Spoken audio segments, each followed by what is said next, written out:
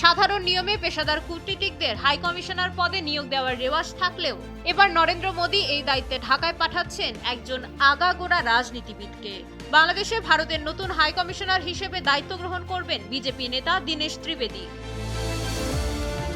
27 April সোমবার ভারতের পররাষ্ট্র মন্ত্রণালয়ের ওয়েবসাইটের এক বিজ্ঞপ্তির মাধ্যমে এই তথ্য জানানো হয়। দীনেশ ত্রিবেদী বর্তমান হাই কমিশনার প্রণয় ভার্মার স্থলাভিষিক্ত হবেন। ঢাকায় দ্রুতই তার নতুন কার্যভার গ্রহণ করার কথা রয়েছে।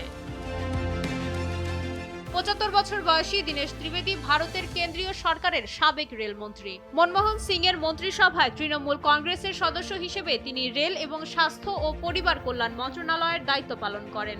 সংসদীয় রাজনীতিতে তিনি লোকসভা ও রাজ্যসভা উভয় কক্ষেরই সদস্য ছিলেন।